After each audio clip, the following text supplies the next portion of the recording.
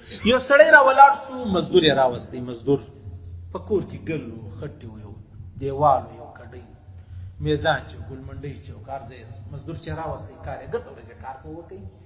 یا یو مزدور راوستی، مستري یې راوستی کار یې 5 ورځې په وکړي، هفته یې په وکړي. کار چې په وکړي نن روپۍ نه ورکوي. اوس مازدیګر هغه دیړې پرس ولا هغه مزدور مزدوري پرس ولا چې مطلب اوس نور روپۍ راکړه مازدیګرۍ دې ځمه سبا بیا درکړه. دا زموږ خلک ډېر دا ټیکهداران مې نه ده دا په 5 کالو دا مزدوران روپۍ نه ورکوي. په 5 کاله دا بیا کوم وایستا څه تلواره ده. اوس دی خو ټیکهدار دی، د قارون زوی دی، ای غریب داغه دی چې د ورځې وګټله ماښام یې خوري، بس داغه ده. سبا بیا درکړم، بل سبا بیا درکړم. څه تلواره دې جوړه کړې ده. در بیا کوم د الله رسول فرمایي داسې سړی را ولاړ سو، یو مزدور یې راوستی، مزدور کار وکړي، اوس یې مزدوري جن وغوښتله چې زما مزدوري راکه. د ول اوس نه سبا نه بل سبا نه دریم سبا. د الله رسول فرمایي فاستوفى منه، د داسې کار واخستی، ولم يعطه اجره، هغه روزانه نه ورکوي. د الله رسول فرمایي د قیامت په ورځ ما او دې سره پرېږده خالي. الله فرمایي الله د الله رسول فرمایي الله فرمایي د قیامت پر ورځ ما او دې خالي سره پرېږده. ما او دې بیا خپل مجلس سره وکړو، ما او دې بیا خپل مجلس سره وکړو. دغه د دکاندارانو سره چې مزدوران ورسره دي، منشیان ورسره دي، دغه رقم ملازمین ورسره دي، په فیکټریانو کې دا تنخواوې نه ورکوي، میاس تنخواو بندي. در بیکو د الله رسول فرمایي الله فرمایي داسې سړی بیا زه پرېږدم نه. داسې سړی قاطعا الله فرمایي زه نه پرېږدم. ما او تا به سره ګورو، الله وایي ما او تا به سره ګورو، زه له تا سره د ده پر ځای زه جګړه کوم، د ده پر ځای زه جګړه در سره کوم. ما او تا بیا مجلس سره وکړو، ته څنګه د چا روپۍ خورې. او دا خبرې په مشتۍ کې بیخي ډېرې دي. در بیکو دا خاص کر چا سره څوک مزدور ورسره وي، چوټو ورسره وي، هغه د هغه 50 روپۍ دي ماښام چې ته ورکړې دا د کور دي ګرمه ډوډۍ مې ایسي، یا مور د ګولۍ غورتولي پېنډال وي، دغه رقم د چیش ګولۍ دا در سره راوړه. نو 50 روپۍ په 20 روپۍ به ګولۍ وړلې تا نه کې وره. د الله رسول فرمایي الله فرمایي دا سړی بیا پرېږدم نه. که ته وایې نو سبا بیا راغلی، سبا بیا پروا نه لګرد پر یو ځای ورکوم. ولې پر یو ځای ورکوې؟ د تا ته کار پر یو ځای در وکړي، تا ته د پرون کار در وکړي، د پرون روپۍ څه شوې؟ تی خو سره ویلي چې روزانه به در کوم، تی خو دا نه وویل چې د میاشتې به زه در کوم. ولې نه ورکوې؟ د الله رسول فرمایي چې د مزدور خوله لا نه وي وچه سوې خپل اجرت ورکړه. مزدور خوله لا نه وي وچه سوې خپل اجرت ورکړه. ستړی کوه مه، تا ته به الله دنیا در کړې، نو معنا دا نه ده چې دا بل ستا غلام سو، صحیح سو، ته بادار شوې. یا بس د الله حکمت دی، د الله یو قانون دی، دغسې جوړ کړی دی، خو ته به ناجایزه کوې نه. حضرت عمر فاروق رضی الله عنه په زمانه کې یو سړی رالی وهلی و، بل سړی وهلی و. هغه رالی حضرت عمر فاروق ته چې دا پلانې زه وولم. هغه یې راوښود دا دې ولې وهلی دی؟ هغه ویل داسې څه وویل. ښه ول الله خو آزاد پیدا کړی و، تا څنګه غلام کړي دا سړی؟ الله آزاد پیدا کړی و، دا تا غلام کړی دی. څه چم کوې؟ معافي ځینې غواړې که مخ ورته نه سي د هغه رقم په څاپېړه دي ووایي. یو باچا راغلی و د 1200 عمرې له به راغلی و. نو چې راغلی و طواف یې کوی، نو هغه غټ کمیس یې اغوستی و لکه زموږ د لیبیا والا نه و قذافي، الله دې مغفرت وفرمایي، کافرانو دی چل دی سړی دی تباه کړي. هغه غټ کمیسان یې و، نو چپنه وله. نو شاته یو غریب په پسې دی، هغه هم طواف کوي، د ده پر دغه کمیس یې بولې، چپن یې بولې، هر شی پر دا یې قدم کښېښود، دا یې جټکه وخوړله. ګزار شوی به و، مازې بچاو شو. لکه پرون چې مودي ملته مشل مردار بسې هغه هېڅ نه پوهېږو. نو بیا دی چې مخ را وګرځوي، پر دا مخ یې دا سړی ووایي چې ویې ویل. هغه رالی حضرت عمر فاروق رضی الله عنه، حضرت پلانې زه ووالم. حضرت عمر فاروق سړی را وغورځېد، باچا و د بار سره راغلی د بار باچا و. دا سړی دې ولې ووایي؟ ده ورته وویلې حضرت دا خو ما چې حرام وکړې، ما به د ده سترګې ور ایستلې وای. ول ولې؟ ول داسې زه روان ولم، داسې ما پر پټو یې پښه کښېښوله، زما پر چپنه ښه. ول نو څه چم کوې؟ ول څه چم وکړم؟ ول زه تا ته 2 خبرې کوم، په دې 2 خبرو کې تا ته اختیار دی. ول څنګه؟ ول اوله خبره دا ده د ده څه معافي وغواړه، معافي ځینې وغواړه. که معافي نه غواړې بیا مخ ورته ونیسه، دغه رقم څاپېړه به دې ووایي.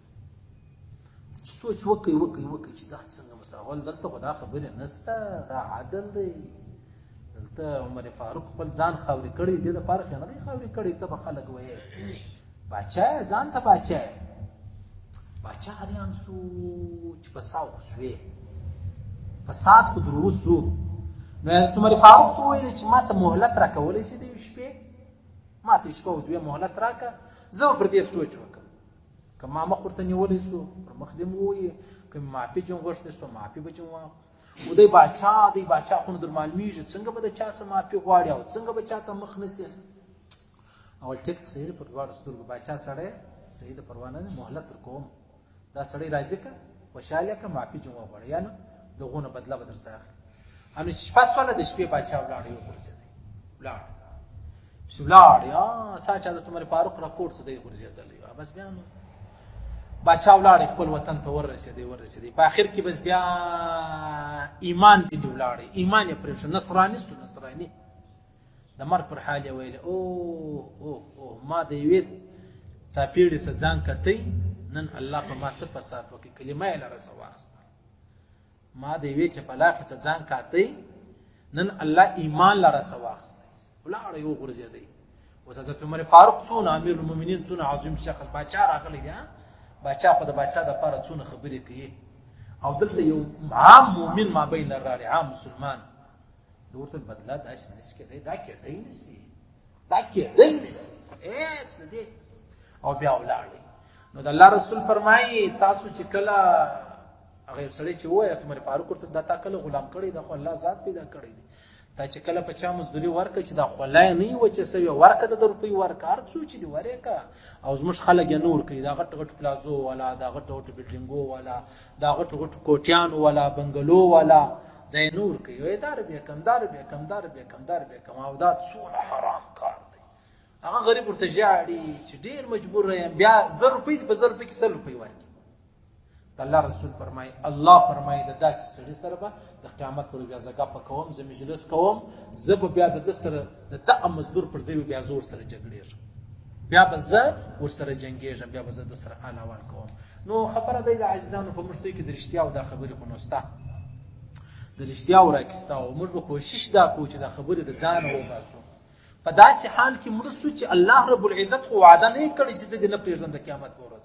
په داسې حال کې مړه سو ټیک دی ګناهګاره ټول یو خو داسې ګناهګاره نه چې الله وعده کړی چې زما او تا بیا مجلس سره کوو د داسې حال څخه به خپل ځان ګورو اوس نه لري مزدور دې راوستی مزدوري یې وکړل کار یې وکړي لرې نه مزدور راځي که ورته سبا به یې څه 10 روپۍ زیاتې درکړمه نن په جیب کې نه لرم که ستا خوښه یې که ده راضي سو ښه خبره بیا پروا نه لري که نه راضي کېدی خامخا یې غوښتې یا بېرېدی د بیرې غږ نسو درته کولی بیا اجازه نشته ورس پیسې پور کوله راوړه ورس تا چې سار دا مزدور راوستي تو خو په ځان خبر 100 روپۍ لرم که نه لرم په دا خبرې چې مزدور زه راولم کار پکوم کار لرم او په دې ولې نه خبر چې زه مزدوري لرم که نه لرم زموږ د چوټوګانو سره خلک ډېر بد کوي دا خاص کر دغه والا لره چې ورسې دا ګیرجان لره چې ورسې دغه مستریان لره چې ورسې په دې حواله ډېر کمزوري دي کارخانو لره ورسې ډېر سړی ذلیله کوي مزدوري درڅه غواړي ته چې خیرات درکوي